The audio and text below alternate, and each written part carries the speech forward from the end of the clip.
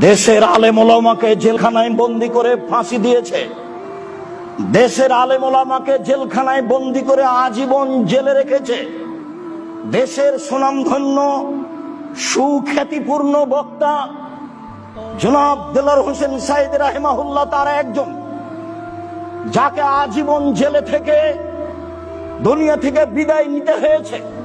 কেনা তাকে চিনে না, কেনা তাকে জানে না। স্বৈরাচারী শাসক নির্বিচারে কত মানুষকে হত্যা করেছে।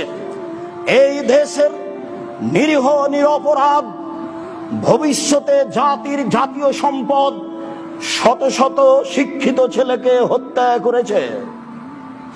কেনা জানে না স্বৈরাচারী সরকারের কথা। পিলখানায় দেশের ঊর্ধ্বতন সেনাদের হত্যা করেছে। পৃথিবীর মানুষ জানে নির্বিচারে বহু মানুষকে হত্যা করেছে। ক্রস ফায়ারে বহু মানুষকে হত্যা করেছে। বহু মানুষকে গুম করে অন্যায়ভাবে ন্যাক্কারজনক, নোংরা, অশোভনীয়, ঘৃণিত পদ্ধতিতে হত্যা করেছে। সিলেটের বিত্তশালী সুনামধন্য এমপি ইলিয়াস তার অন্তর্ভুক্ত। বর্তমান যারা সরকার হচ্ছেন তাদেরকেও বলতে চাই, এখন করণীয়র 1 নম্বর করণীয় হচ্ছে এদেশের জাতীয় সঙ্গীত বাতিল করতে হবে। জাতীয় সঙ্গীতে ঠাকুর যতবার বলেছে ওমা তোমার আকাশ তোমার বাতাস, ততবার ঠাকুর কালিমাকে বলেছে ও কালিমা তোমার আকাশ তোমার বাতাস। দ্বিতীয়ত শিক্ষা সিলেবাস পরিবর্তন করতে হবে, শিক্ষা ব্যবস্থাপনা পরিবর্তন করতে হবে। আমি 32 বছর থেকে বলে আসছি, আমার জানা অনুপাতে 1971 সাল থেকে নিয়ে এখন পর্যন্ত এই দেশে কোনো শিক্ষিত মানুষ শিক্ষামন্ত্রী হয়নি। তাতে আমি বলেছি এই দেশের পাঠ্য বহু বই পুস্তককে টয়লেট পেপার হিসেবে ব্যবহার করতে হবে। যেটা আরো আমি বলেছি, এই দেশে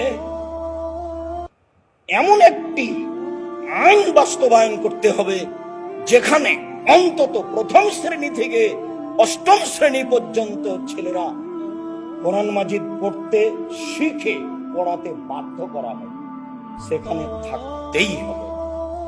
সম্মানিত দিনী ভাই বোন, আমি কথাও বলেছি এই দেশের সংবিধানে একটি আইন থাকতে হবে যেখানে শরীয়ত বিরোধী কোনো কর্মকাণ্ড গ্রহণ করা হবে না। এই আইন সংবিধানে থাকতে হবে। সম্মানিত দিনী ভাই বোন, কথাও বলতে চাই, এই দেশের সরকার ইলেকশনে হবে না, সিলেকশনে হবে। হিন্দু, মুসলমান, বৌদ্ধ, খ্রিস্টান, টোকায়ের ভোটে সরকার নির্বাচন হবে না। সরকার নির্বাচন হবে জ্ঞানীগুণী, সুশিক্ষিত, বুদ্ধিমান, হুঁশিয়ার মানুষের পরামর্শে। সম্মানিত দিনী ভাই বোন, আরো বলতে চাচ্ছি, এই দেশে যত স্বাধীনতার দোহাই দিয়ে মূর্তি ভাস্কর্য বানানো হয়েছে তাকে ভেঙে চৌচির করতে হবে। ভবিষ্যতেও যেন আর কোনোদিন কেউ জাতির সম্পদ দিয়ে মূর্তি ভাস্কর্য নির্মাণ না করে, এইটা সংবিধানে লিখিত থাকতে হবে।